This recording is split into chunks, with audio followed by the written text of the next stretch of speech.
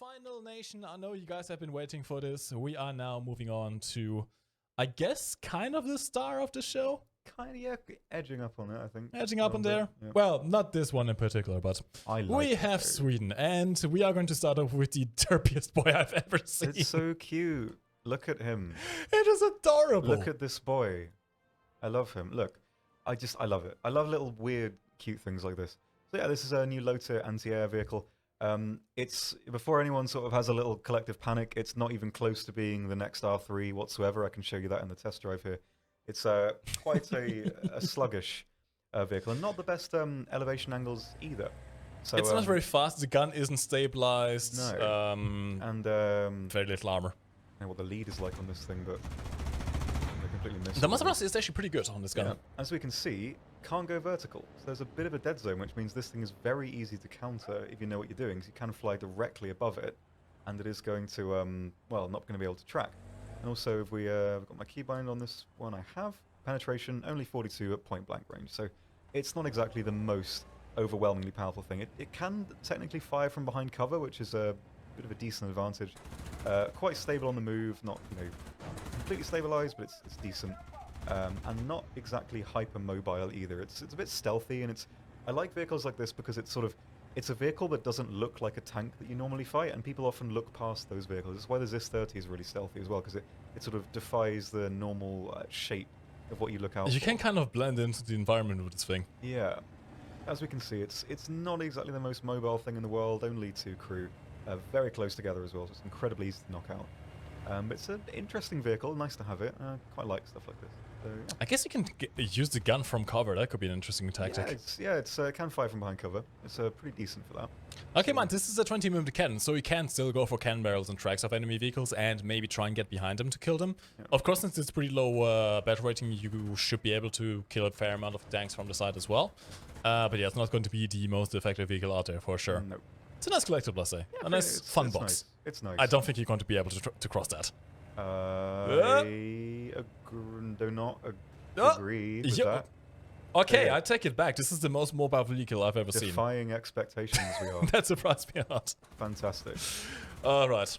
It is time to move on to the big stars. We have the new Swedish planes. Starting off with this thing, which I'm very excited about. We have a new premium DRAKEN. I love it. I have been a big fan of the J35D for a long time. I love the DRAKEN. And that livery as well, it's really nice. Yes. This thing can build Cobras. It can do. It's a premium. You can test drive it immediately. You don't have to research for the entire trajectory to test drive the DRAKEN. You can just test drive this thing immediately. Now, it does have a weaker engine than the J35D, as is to be expected. It's an early model. You can see the thrust over here if I can go into red mode as well. This is fully upgraded, of course, since it is a premium aircraft in RB. And you also have some limitations to your armament. The cannons are still the same ammo count as well, but you do not get the RB24Js like the J35 does, which means you have a bit of a harder time killing enemy planes with these missiles. RB24s are roughly similar to the AIM-9 Beast in terms of performance, so any enemy that is aware of you will not get hit by these missiles. It is very easy to outturn them. But at least you get 4 of them, which is not bad. You can also take some air-to-ground rockets if you want to, although only 12 is not really amazing. And you can actually use the cannon itself. The 30mm does have a decent amount of penetration, 47mm. You can use it in limited fashion against soft-skinned ground targets. And since it does get premium bonuses, it also helps you quite a bit with getting to the last boy over here. The last boy. Coming in. Boy. The final boy. The final boss of the stream. Lads, we have the VIGGEN. The JA37 VIGGEN is making it into the game finally, and I am so excited. This thing looks so good.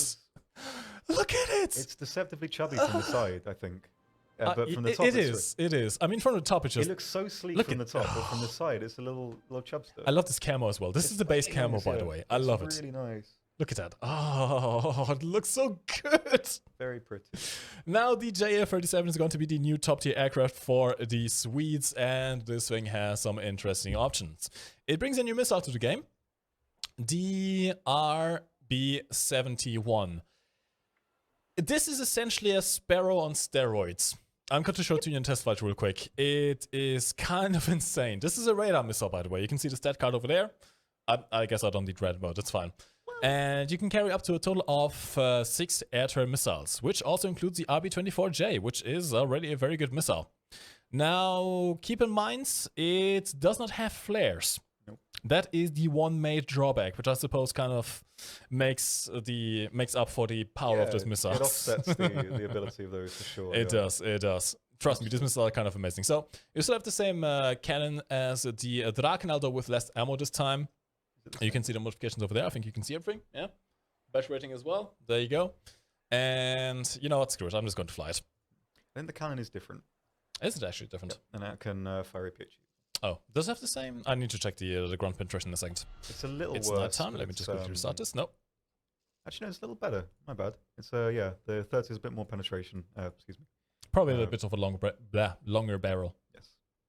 Let me quickly do the correct test flight this time. I always keep on forgetting when you do a test flight with Sweden, because the country is so much higher up north, at the same time just makes it darker. Oh, I see. We're going to do it in daytime this time. He brain too big for he got damn head. Yes. There we go. Now, one interesting feature, a very interesting feature that the VIGGEN has, which is actually not quite new. The SK60B already had it. Are you seeing that butt? Yeah.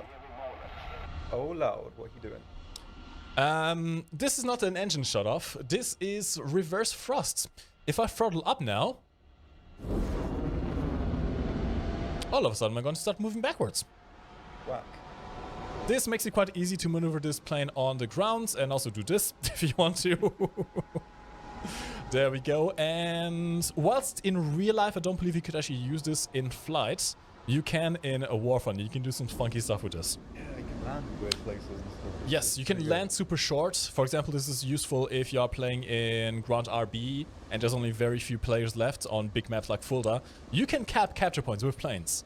With the SK60, very easily. I've done it a few times. With this thing probably as well. I haven't actually tried the landing length yet. We'll see that in a second. Now let's take off. There we go. You can see the cockpit as well. It is quite detailed. You have a little map over there. You have some information. This has an air-to-ground radar as far as I'm aware. So you can sometimes spot some targets over there. Different radar modes as well. Working mirrors, as we mentioned before, so you can use this thing in sim quite effectively. You can actually affect the resolution, by the way, if you go to the options, graphic settings, and you can select the resolution here and adapt it to your computer's performance. Keep in mind this is extra rendering essentially at this point. Let me hear the sound of the 30. You want to hear it inside the cockpit or outside the cockpit first? Inside first. I can't hear it, but I'm sure it's nice.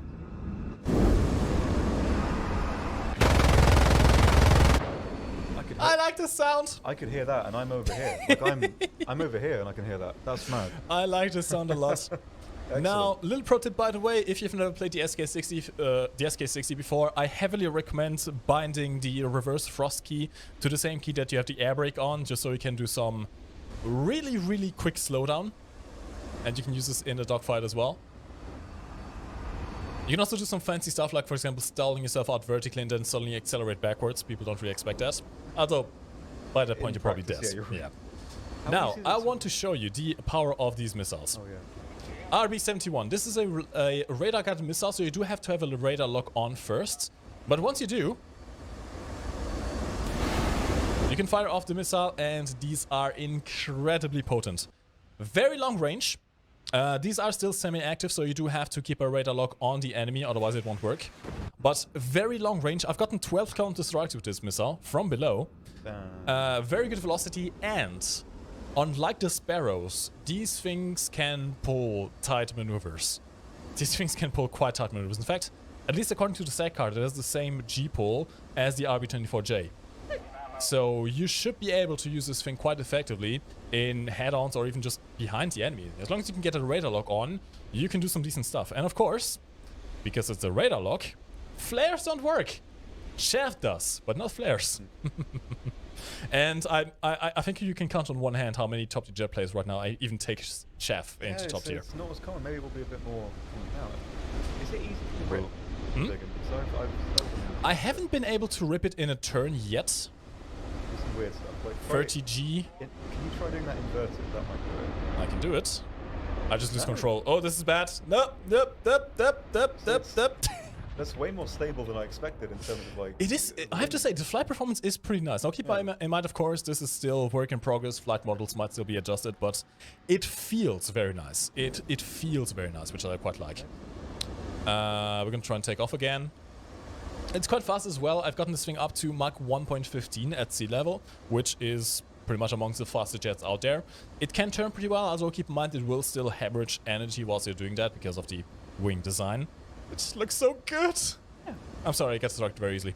Let me see if I can do a little quick launch from below again. If I can find that MiG. Where did it go? MiG? Oh, never mind. I didn't restart the match. Never mind. That's fine. But yeah, decent low speed maneuverability as well. Of course, you lose energy quite a bit, which is a bit of an issue, but you are quite stable. At high speeds, you do have some compression issue, I guess. Not sure if that is quite the correct word with this kind of wing design. But you do lose some authority at very high speed, supersonic speed especially. But yeah, decent roll rate, decent takeoff speed, decent landing run. Actually, let's do that real quick. This is in realistic mode, by the way, so all you are seeing is in realistic mode. I'm going to enable my thrust reversal real quick. There we go. Doesn't seem to be doing much right now. Oh, there we go. Going to bring out my gear. And I have a feeling this thing might have a parachute, perhaps? Maybe? Oh, it doesn't. Okay, no parachute. Or maybe parachute shot off. Never mind. But yeah, there you go. Very cool. It's one of those weird planes where you have to accelerate to slow down more effectively. It's kind of, that's like throwing my brain a bit, but it is. Yeah, pretty cool. You can see the exhaust being thrown in the front.